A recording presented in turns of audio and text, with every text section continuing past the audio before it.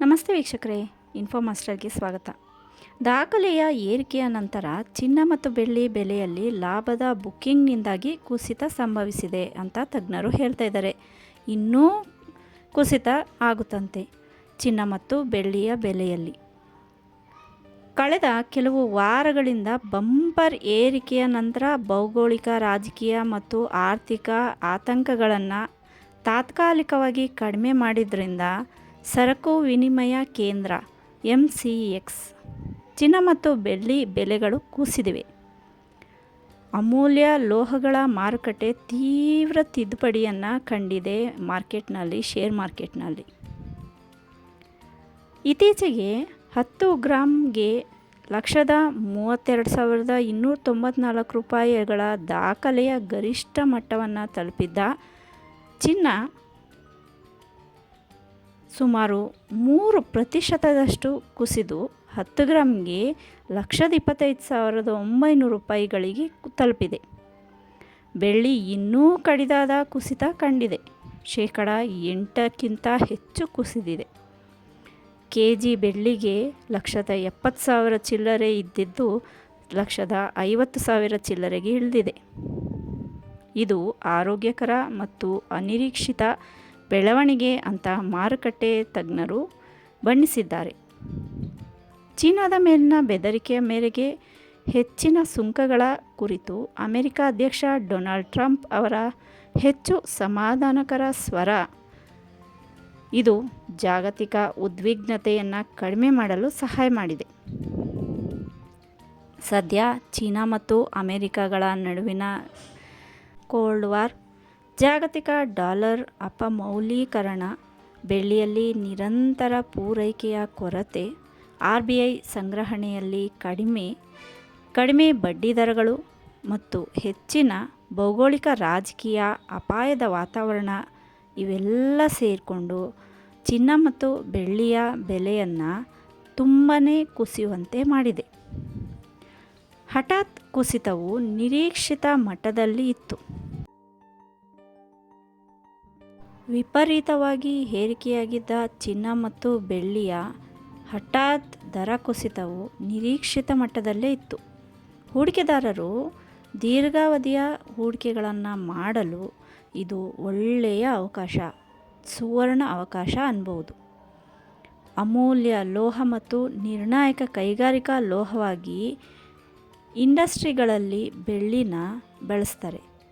ಅಲ್ಲದೆ ಬೆಳ್ಳಿಯನ್ನು ಮನೆಗಳಲ್ಲೂ ಕೂಡ ಬಳಸೋದ್ರಿಂದ, ಸಾರ್ವಜನಿಕವಾಗಿ ಕೂಡ ಬಳಸೋದ್ರಿಂದ ಬೆಳ್ಳಿಯ ದೃಷ್ಟಿಕೋನವು ದ್ವಂದ್ವ ಸ್ವಭಾವದಿಂದಾಗಿ ಚಿನ್ನಕ್ಕಿಂತ ಇನ್ನೂ ಬಲವಾಗಿ ಉಳಿದಿದೆ.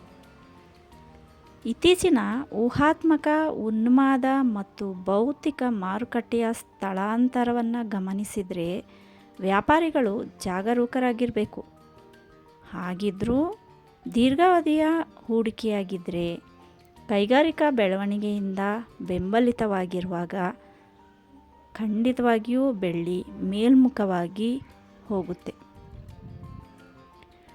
ಭಾರತದ ಬಹು ಸರಕು ವಿನಿಮಯ ಕೇಂದ್ರವನ್ನು ಪ್ರತಿನಿಧಿಸುವ MCX ಭಾರತದ ಮೊದಲ ಪಟ್ಟಿ ಮಾಡಲಾದ ಎಲೆಕ್ಟ್ರಾನಿಕ್ ಸರಕು ಉತ್ಪನ್ನಗಳ ವಿನಿಮಯ ಕೇಂದ್ರವಾಗಿದ್ದು, ಅಲ್ಲಿ ಸರಕು ಭವಿಷ್ಯ ಮತ್ತು ಆಯ್ಕೆಗಳ ಆನ್ಲೈನ್ ವ್ಯಾಪಾರ ನಡೆಯುತ್ತೆ. ಇದು BSE ಮತ್ತು NSE ನಂತಹ ಸ್ಟಾಕ್ ವಿನಿಮಯ ಕೇಂದ್ರಗಳಂತೆಯೇ ಕಾರ್ಯನಿರ್ವಹಿಸುತ್ತವೆ. ಆದರೆ ಚಿನ್ನ, ಬೆಳ್ಳಿಯಂತಹ ಸರಕು ಒಪ್ಪಂದಗಳ ಮೇಲೆ ಕೇಂದ್ರೀಕರಿಸುತ್ತೆ. ಕಳೆದ 2 ತಿಂಗಳುಗಳಲ್ಲಿ ನಾವು ಪ್ಯಾರಾಬೋಲಿಕ್ ಏರಿಕೆಯನ್ನು ಕಂಡಂತೆಯೇ ಶೇರ್ ಮಾರ್ಕೆಟ್ನಲ್ಲಿ ಈ ಕರೆಕ್ಷನ್ ಖಂಡಿತವಾಗಿಯೂ ತಡವಾಗಿಯೇ ಆಗಿದೆ ಅಂತ ಹೇಳ್ಬೋದು. ಆಗಸ್ಟಿಂದ ಇಲ್ಲಿವರೆಗೆ 9 ವಾರಗಳಲ್ಲಿ ಅತಿ ದೊಡ್ಡ ಏರಿಕೆಯನ್ನು ನಾವು ಚಿನ್ನ ಬೆಳ್ಳಿಯಲ್ಲಿ ಏಕಪಕ್ಷೀಯ ಏರಿಕೆಯನ್ನು ನೋಡಿದ್ದೇವೆ. ಅಂದರೆ ಪೂರ್ತಿ ಮೇಲೆ ಹೋಗಿದೆ, ರೇಟು ಕೆಳಗೆ ಇಳದೇ ಇಲ್ಲ. ಲಾಭದ ಬುಕ್ಕಿಂಗ್ ಜೊತೆಗೆ US ಮತ್ತು ಚೀನಾ ನಡುವಿನ ಯೋಜಿತ ಮಾತುಕತೆಗಳು ಹಾಗೂ ಶಾಂತಿಗೆ ಸಂಬಂಧಿಸಿದಂತೆ US ಮತ್ತು ರಷ್ಯಾ ನಡುವಿನ ಚರ್ಚೆಗಳು ಇದಕ್ಕೆ ಕಾರಣವಾಗಿವೆ.